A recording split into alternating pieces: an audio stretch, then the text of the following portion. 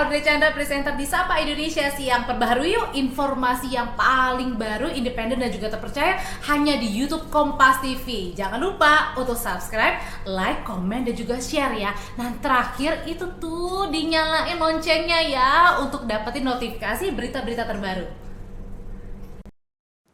Sebelumnya pada 29 Maret 2021, Saudara Hussein Hasni ditangkap Densus 88 di Condet, Jakarta Timur. Selain menangkap, Densus 88 juga menemukan kartu anggota dan sejumlah atribut FPI. Densus 88 juga menemukan bahan dasar peledak TATP. Selain Habib Hussein, ada juga 4 orang lain yang ditangkap oleh tim Densus 88, yakni BS Bambang Setiono, kemudian juga Ahmad Junaidi, Zulaimi Agus, serta Wiloso Jati. Keempat terduga teroris ini mengaku sebagai simpatisan FPI, organisasi yang telah dilarang oleh pemerintah. Saudara, dari pengakuan terduga teroris yang ditangkap di Bekasi dan Jakarta Timur pada penggerebekan pekan lalu, 2 terduga menyampaikan adanya rencana teror yang akan dilakukan. Terduga teroris berencana untuk meledakkan SPBU dengan tuntutan pembebasan Rizik Syihab. Pengakuan lainnya disampaikan terduga lain yang menyatakan akan meledakkan industri yang berasal dari Tiongkok. Saudara, salah satu terduga teroris yang ditangkap di Bekasi bernama Zulaimi Agus menyatakan dirinya belajar merakit bom dari media sosial. Dalam kesaksiannya, Zulaimi menyebut nama Habib Hussein. Belajar membuat TATP atau aseton peroksid sejak pasca kerusuhan Mei 2122 di depan Bawaslu. Sudah mencoba membuat 5 kali di bengkel Sinergi Motor Serang Baru Cibarusah, Kabupaten Bekasi. Saya belajar membuat bahan tersebut dari blog-blog di internet, diajak oleh Bambang atas alias Abi, dikenalkan dengan Habib Hussein. Saya mengajarkan cara pembuatan TATP tersebut kepada Habib Hussein, Jerry, Malik, Noval, Bang Jerry, Bang Jun di rumah Habib Hussein di garasi.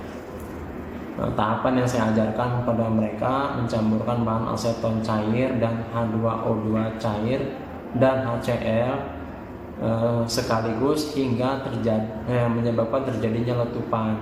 Setelah hal tersebut terjadi, membuat mereka yang ada di situ, yang mau belajar terlihat seperti kapok karena ada letupan, jadi mungkin mereka nggak berani. Nah, setelah saya pulang ke rumah, sampai di rumah hanya Habib lah yang menelpon saya menanyakan kesalahannya ada di mana.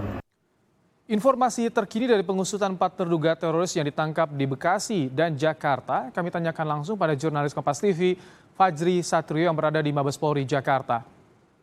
Selamat petang, Fajri. Setelah adanya pengakuan dari 4 terduga teroris, apa yang kini didalami oleh kepolisian, Fajri?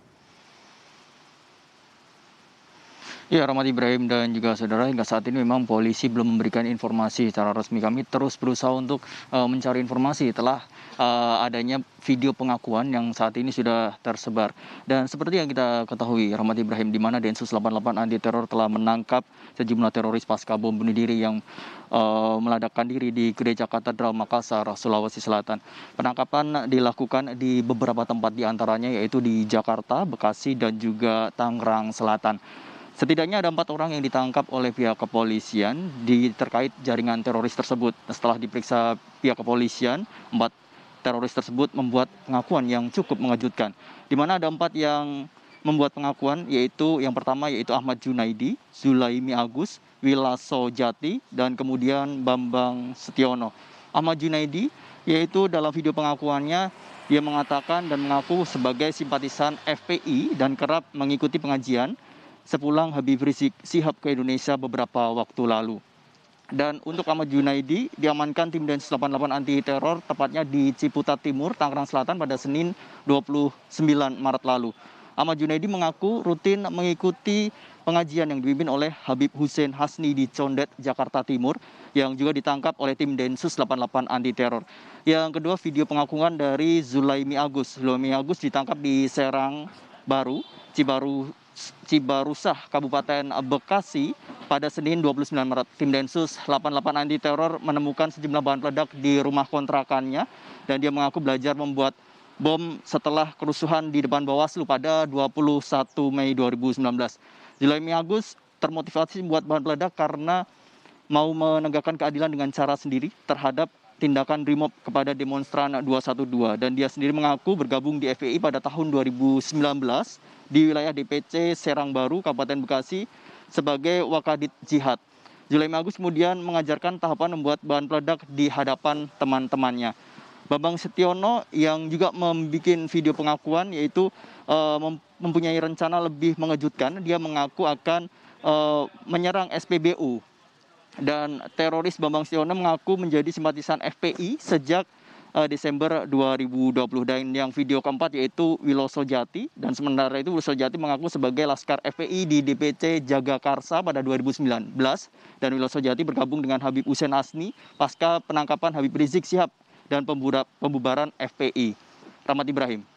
Fajri, apakah hingga saat ini ada informasi dari kepolisian perkembangan terkini soal peran dari Habib Hussein seperti apa di aksi teror ini?